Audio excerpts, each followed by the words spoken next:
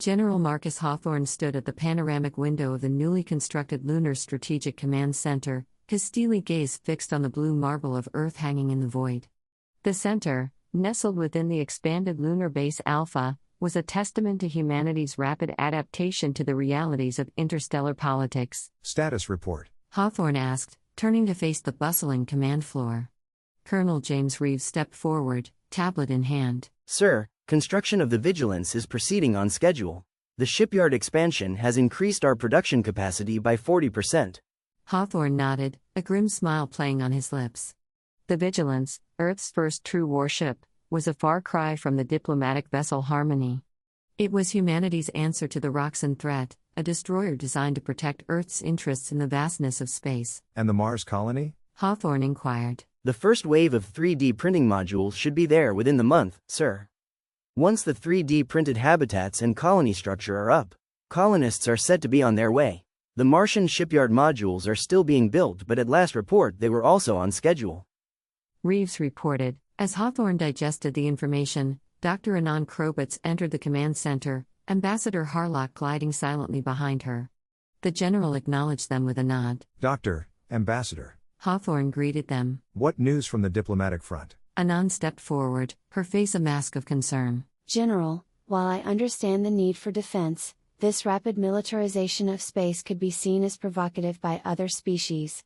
We need to balance security with diplomacy. The general smirked. It's one destroyer, one colony and an additional shipyard.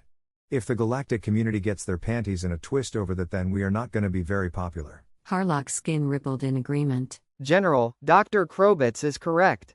The galactic community is watching Earth closely. Your actions now will shape perceptions for generations to come. It's not what you have built, it's how fast you responded. Hawthorne's jaw tightened. With all due respect, Ambassador, it was the Roxin that forced our hand. If they had made good on their threats, we would already be facing massive loss of life. So far we are lucky they like to talk more than act, and praying that doesn't change is not a good defense. The situation with the Roxin was unfortunate, but it was also an isolated incident. Many species in the galaxy are peaceful and would welcome diplomatic relations with Earth. Harlock conceded. Perhaps, but that is above my pay grade. My job is to be ready, to make sure Earth is ready in case someone chooses to be less than friendly. Hawthorne replied, unconvinced. As the discussion continued, Anand's mind wandered to the events that had led them here. The Harmony's return from Roxin space had sparked a global panic. Footage of the insectoid aliens threatening Earth's defenseless diplomatic vessel had leaked to the public, leading to widespread demands for greater security measures. Governments around the world had united in an unprecedented show of cooperation, pooling resources and technology to bolster Earth's defenses. The Western Alliance, already at the forefront of space exploration thanks to their partnership with the Mulnari, had taken the lead in this new space race. Dr. Krobitz? You've been working with the diplomatic corps. What's the latest from the galactic front? Hawthorne's voice snapped Anand back to the present. Anand cleared her throat. Yes, well, it's a mixed bag. Many species are intrigued by humanity and open to establishing relations. However, apparently most species establish control of their home world before venturing into the stars, so in addition to being new they also seem to think we are unfinished or something. Harlock interjected, his skin shimmering with what Anand had learned was excitement. If I may, there is one species I believe Earth should consider reaching out to next, the Loxis. Hawthorne raised an eyebrow. The Loxis? What makes them special? The Loxis are known for their peaceful nature and advanced defensive technologies. They value stability and diplomatic solutions above all else. An alliance with them could provide Earth with both security and a more balanced image in the galactic community. Harlock explained. A thoughtful look crossed Hawthorne's face. He was clearly imagining more friendly defensive resources like the Mulnari had provided. Anand smiled confidently, ever the optimist despite the Roxin tension. Anand confessed as they walked. Harlock's skin darkened slightly. Change is rarely simple, Dr. Krobitz. Humanity's journey to the stars was always going to be complex. But take heart, your people have shown remarkable adaptability. This challenge, too, you will overcome.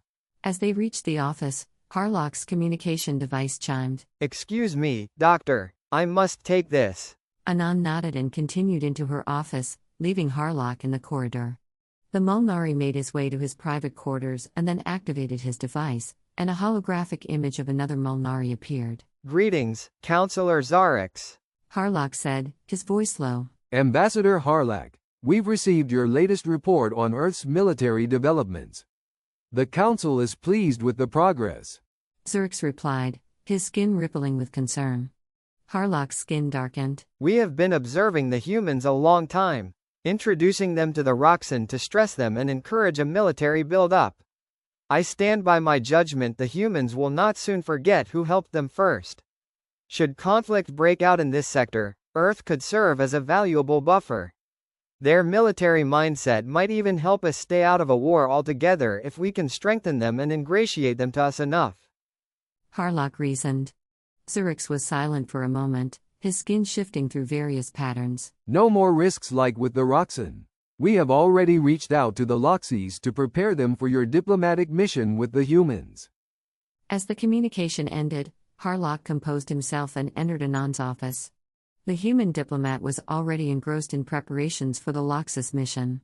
Meanwhile, in the orbital shipyards above the moon, Chief Engineer Derek Chen floated in zero gravity, his magnetic boots disengaged as he performed a final inspection of the Vigilance's experimental weapon systems. Chief, how's it looking? Came the voice of Captain Michael Rasa over the communication system. Chen grinned as he ran his diagnostics. She's a beauty, Captain. The Helios missile launchers are fully integrated with the Mulnari-inspired targeting systems. We can track, acquire and target 250 individual targets. The latest modification to our terrestrial missiles makes them suitable for use in space. Rasa chuckled. Let's hope it's enough if the Roxin come looking to make good on their demands. In the meantime, we have a new way to deal with near-Earth orbit objects. How about the defensive systems? Chen reported. The energy shields are holding stable in all simulations, and the point defense flak guns are performing adequately enough to stop missiles we are familiar with. As Chen continued his inspection, a flash of movement caught his eye. From his vantage point inspecting the Vigilance, he could see the Harmony leaving for its latest diplomatic mission. The contrast between the sleek, weaponized Vigilance and the more rounded, peaceful design of the Harmony was stark. Quite a difference, isn't it? Rasa commented, following Chen's gaze. Yes, sir, never thought I'd be building warships when I signed up for the space program. Funny how things change. Chen replied, his voice tinged with a mix of pride and melancholy. Back on Earth, in the halls of the United Nations, Secretary-General Tamani Swarvarani addressed the General Assembly. The chamber was packed, with representatives from every nation hanging on her every word. Ladies and gentlemen, Swarvarani began, his voice steady and determined. Murmurs of approval rippled through the chamber. Swarvarani continued, he pointed up for reference. we stand at a crossroads. The encounter with the Roxin has shown us that the United States and their allies are willing to put us all in harm's way to satisfy their ego. Today I call for a vote for the US and its allies to stop all space exploration outside of our system. This is a must for planetary security before they find some new enemy among the galaxy. Murmurs of approval rippled through the chamber. Swarvarani continued. And that is of course if the Roxin are not made up just to give the Western powers reasons to put weapons over all our heads. He pointed up for reference. The threat from outside the solar system, the existence of life on other worlds, the weaponization of space were all adding to tensions on Earth. The United States' place on the Security Council took teeth out of the vote, but it was clear they were becoming less popular. To make matters worse, the drain on resources to expand extraterrestrial operations was making them be less generous to earthly governments. Meanwhile, the Mars colony mission headed by Dr. Evelyn Ochoa sat in waiting. The 3D printers would land soon enough, and she was once again going over which habitats would be built where and in what order. Any mistake or malfunction could set the program back months. The colony on Mars would have a few missions. First, to establish a presence with food and habitat. Second, a set of resource production. Third, exploration and a hands-on effort to learn more about Mars. And lastly, to expand the colony and its population. Once the 3D printers built the habitats and hydroponics units, the first people would be sent to Mars. With them would be sent components for the first orbital shipyard and resource processing station. It would be headed by Dr. Albert Smith, whose mission would be to build ships as needed to mine the moons of Mars, nearby asteroids, and if necessary build ships to aid Earth's defense.